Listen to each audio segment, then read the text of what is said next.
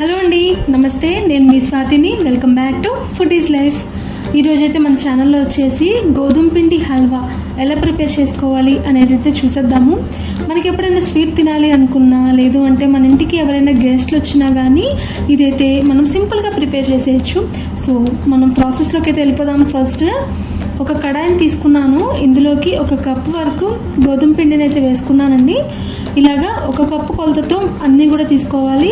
So మనం గోధుమ పిండిని ఏ కప్పుతో అయితే తీసుకుంటున్నామో అదే కప్పుతో మిగిలిన అన్నిటిని కూడా తీసుకోవాలి. గోధుమ పిండిని కడాయిలోకి వేసుకున్నాం కదా, ఇప్పుడు మనం దీన్ని లో టు మీడియం ఫ్లేమ్ అడ్జస్ట్ చేసుకుంటూ గోధుమ పిండిని అయితే దూరగా వేయించుకోవాలి. ఖచ్చితంగా గోధుమ పిండి అనేది కలర్ చేంజ్ అయ్యి మంచి అరోమా వచ్చేంత వరకు ఖచ్చితంగా వేయించుకోవాలి. మధ్యలో మనం ఎక్కడైనా ఆపేసామనుకోండి, అది పిండి అనేది ప్యాన్కి అతుక్కుపోతుంది అండ్ అలాగే మాడిపోయే ఛాన్సెస్ ఉంటాయి. కాబట్టి ఇవి మనం ఖచ్చితంగా వేయించుకుంటూనే ఉండాలి. మనం 1 నిమిషం ఆపినా కానీ మనకి అడుగంటిపోవడం, మాడిపోవడం అలాంటివి అయితే జరుగుతూ ఉంటాయి.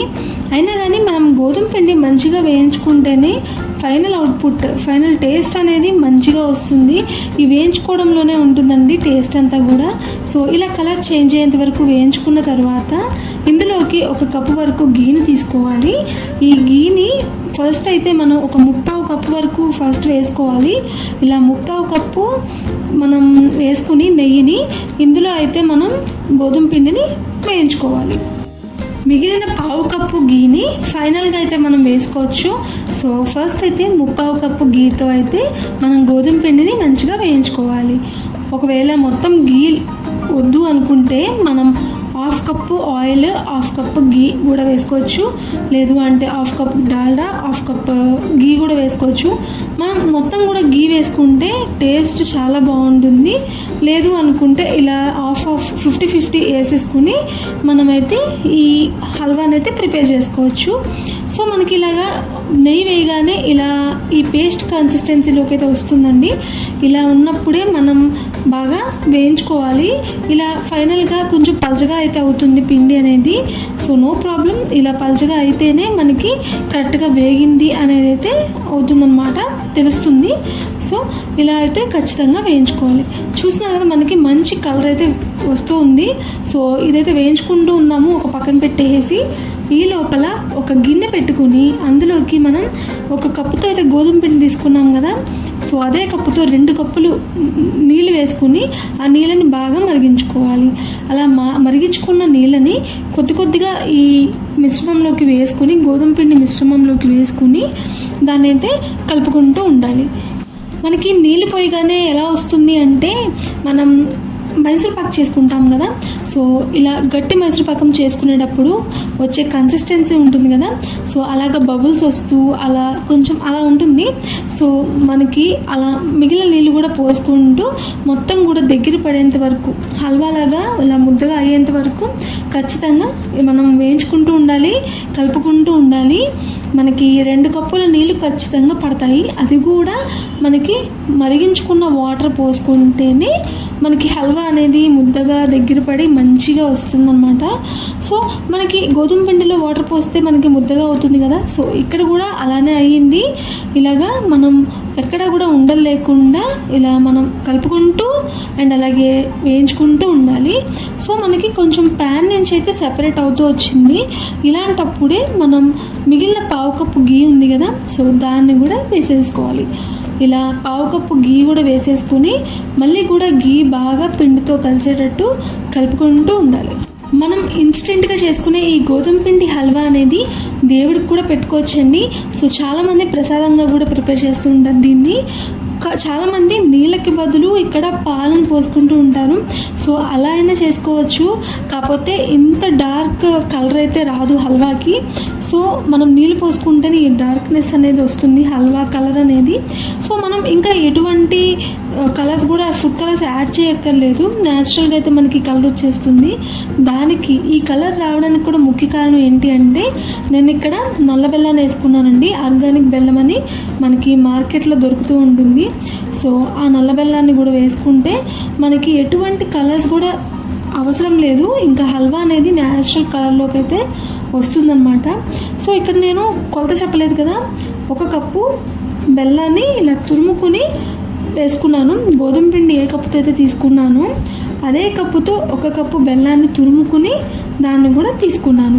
ఒకవేళ స్వీట్నెస్ ఎక్కువ కావాలి అనుకుంటే 1 కప్పు నుంచి 1.5 లేదు అంటే 1.5 కప్పు బెల్లాన్ని తీసుకుని దీనిలోకి వేసుకోండి. అది కరిగేంత వరకు ఇలా కలుపుకుంటూ ఉండాలి.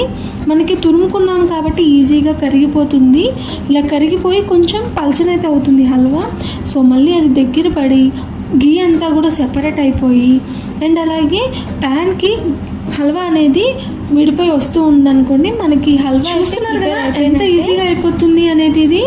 సో ఈ హల్వాని మనం స్వీట్ తినాలి అనుకున్నప్పుడు కానీ, గెస్ట్లు వచ్చినప్పుడు కానీ, లేదు అంటే దేవుడికి ప్రసాదంగా పెట్టాలి అనుకున్నా కానీ క్విక్గా అయితే ప్రిపేర్ చేసుకోవచ్చు, ఎటువంటి డిలే లేకుండా. అండ్ అలాగే ఓన్లీ 3 ఇంగ్రీడియంట్స్తోనే మనం ఈ హల్వాని ప్రిపేర్ చేసుకోవచ్చు.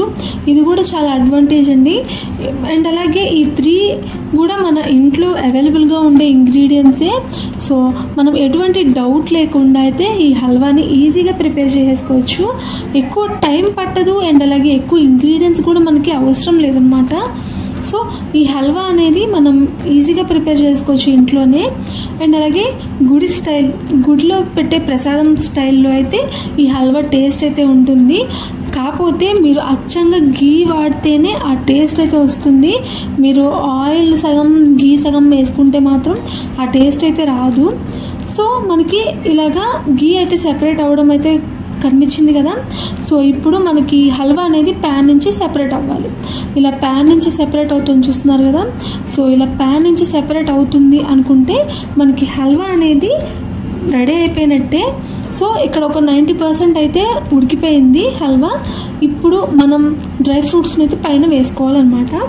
మీరు కావాలి అనుకుంటే కిస్మిస్ అండ్ అలాగే బాదము, జీడిపప్పు ఇలాంటివన్నీ కూడా ఫస్టే నేతిలో వేయించేసి ఇక్కడ యాడ్ చేసుకోవచ్చు. మనం 1/2 కప్పు గీ వేసుకున్నాం కదా. సో ఆ 1/2 కప్పు గీలో ఈ డ్రై ఫ్రూట్స్ అన్నీ కూడా వేయించేసుకుని మనమైతే తీసుకోవచ్చు. కానీ నేను ఇక్కడ గీలో వేయించలేదు, ఓన్లీ బాదం ఒకటే ఉందని. సో అందుకని ఇలా మనం డైరెక్ట్గా వేసేసాము. డైరెక్ట్గా వేసేసినా కానీ బాగానే ఉంటుంది. సో ఇలా వేసేసి మళ్ళీ కూడా మొత్తం అంతా కూడా బాగా కలిసేటట్టు కలిపేసుకుంటే మనకి హల్వా అనేది రెడీ అయిపోయినట్టే అండి. ఇప్పుడు దీన్ని మనం వేడివేడిగా బౌల్లోకి సర్వ్ చేసుకుని తిన్నామంటే మంచి టేస్ట్ వస్తుంది. ఎవరికి పెట్టినా కానీ ఖచ్చితంగా బాగుందనే చెప్పాలన్నమాట. సో అంత బాగుంటుంది. నోట్లో వేసుకుంటే వెన్నలాగా కరిగిపోతుందన్నమాట.